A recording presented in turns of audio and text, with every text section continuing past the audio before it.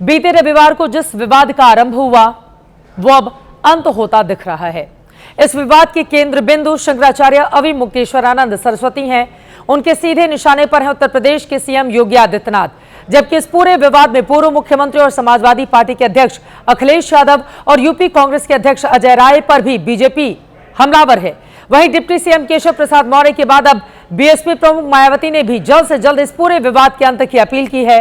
कुल मिलाकर विवादों के इस राजनीतिक कुंड में इन पांचों किरदारों के कूदने से पूरा का पूरा मामला अब राजनीति के रंग में रंग चुका है। जिस विवाद का जल्द से जल्द अंत होना चाहिए वो अब धार्मिक और राजनीतिक सत्ता की भिड़ंत में बदलता दिख रहा है, क्योंकि अब ज्योतिषपीठ के शंकराचार्य अविमुक्तेश्वरानंद सरस्वती ने सीधे सीधे मुख्यमंत्री योगी आदित्यनाथ को कुर्सी से हटाने की मांग कर दी है। उन्होंने सीएम योगी के आचरण पर जातीय टिप्पणी ही नहीं की, बल्कि अपनी पसंद के नए मुख्यमंत्री का नाम भी सुझा दिया है। आदित्यनाथ का वक्तव्य आया कि कुछ काल नेमी सनातन धर्म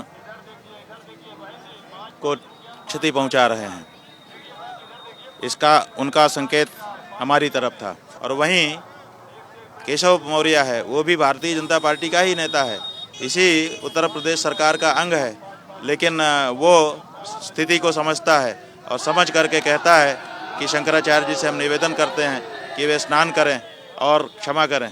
तो इस जो दोनों लोगों के वक्तव्य आए उससे लोगों ने आकलन किया। जनता ने हमसे कहा कि देखिए ये समझदार व्यक्ति है, अगर ये भाजपा का मुख्यमंत्री होता तो आज ये नौबत ना आती। ऐसे समझदार लोगों को भाजपा मुख्यमंत्री नहीं बनाती है, और जो अपनी हनक लेकर के बैठे हुए हैं ऐसे लोगों को मुख्यमंत्री बनाती है। ये जो है कि गलती हो जाए फिर भी गलती ना मानना और अकड़ करके रहना, ये तो ठकुरैती का ही लक्षण है, वही दिखा रहे हैं आदित्यनाथ। अब सवाल यह है, कलयुग के माघी मेले में त्रेता युग का कालनेमी प्रसंग क्यों आया? इसे समझने से ज्यादा जरूरी है यूपी के डिप्टी सीएम केशव प्रसाद मौर्य का वो बयान सुनना जिससे स्वामी अविमुक्तेश्वरानंद का क्रोध थोड़ा ठंडा होता नजर आया। किसी भी पूज्य संत आचार्य को, शंकराचार्य जी को, किसी भी संत का भी अनादर हमारे यहाँ करने का वो नहीं है। अगर कोई ऐसा किया होगा जांच करके कार्रवाई करेंगे, लेकिन उनके जो भी ऐसा किया है उसकी जांच करके कार्रवाई करेंगे। लेकिन अभी पहला ये है, भगवान शंकराचार्य जी के चरणों में प्रार्थना करता हूँ कि वो अपना जो भी विरोध है उसको समाप्त करके संगम स्नान करके मिले। इस बयान पर शंकराचार्य केशव प्रसाद मौर्य को मुख्यमंत्री बनने का आशीर्वाद दे रहे हैं। चूंकि शंकराचार्य पर सीएम और डिप्टी सीएम की राय एक जैसी नहीं है, इसीलिए विपक्ष को इसमें सत्ता संघर्ष का उदाहरण दिखाई दे रहा है।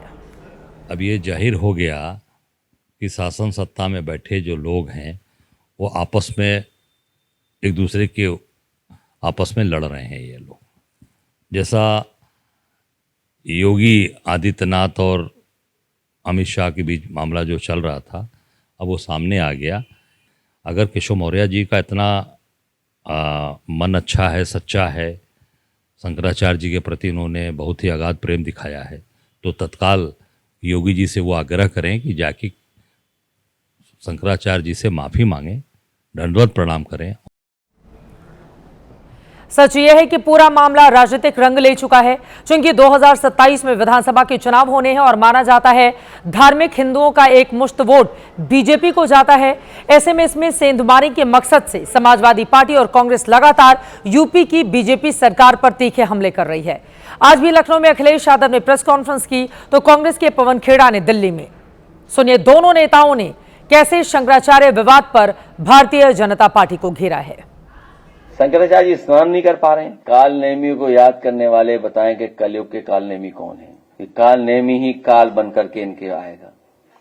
कम से कम हमें खुशी इस बात की कि शंकराचार्य जी डटे हुए मैदान में, एक एक सनातनी उनके साथ है और उन्होंने कम से कम नकली सनातनों की पोल खोल दी। आप हस्तक्षेप कर रहे हो मठ में, आप हस्तक्षेप कर रहे हो धर्म में, आप सर्टिफिकेट बांट रहे हो कि साहब कौन सरकारी शंकराचार्य होगा। शाही स्नान को तो मुगल भी नहीं रोकते थे, अंग्रेज भी नहीं रोकते थे, किसने रोका? इससे पहले अखिलेश यादव ने 19 जनवरी को शंकराचार्य स्वामी अविमुक्तेश्वरानंद से फोन पर बात की थी, तो 20 जनवरी को यूपी कांग्रेस के प्रदेश अध्यक्ष अजय राय ने प्रयागराज जाकर अविमुक्तेश्वरानंद से मुलाकात की। 21 जनवरी को अखिलेश यादव ने यूपी विधानसभा के नेता विपक्ष माता प्रसाद पांडे को उनसे मिलने प्रयागराज भेजा था। फिर 23 जनवरी को आम आदमी पार्टी के राज्यसभा सांसद संजय सिंह भी स्वामी अविमुक्तेश्वरानंद से मुलाकात करने के लिए पहुंचे। तो मैं समझता हूं हिटलर शाही की पराकाष्ठा है जो कुछ भी घटना उनके साथ घटित हुई है, और इसके लिए उत्तर प्रदेश की सरकार को जनता माफ नहीं करेगी। इस मामले को देश की संसद में 28 तारीख से संसद का सत्र शुरू होने जा रहा है, वहां पर हम लोग इसको मजबूती से उठाएंगे। तो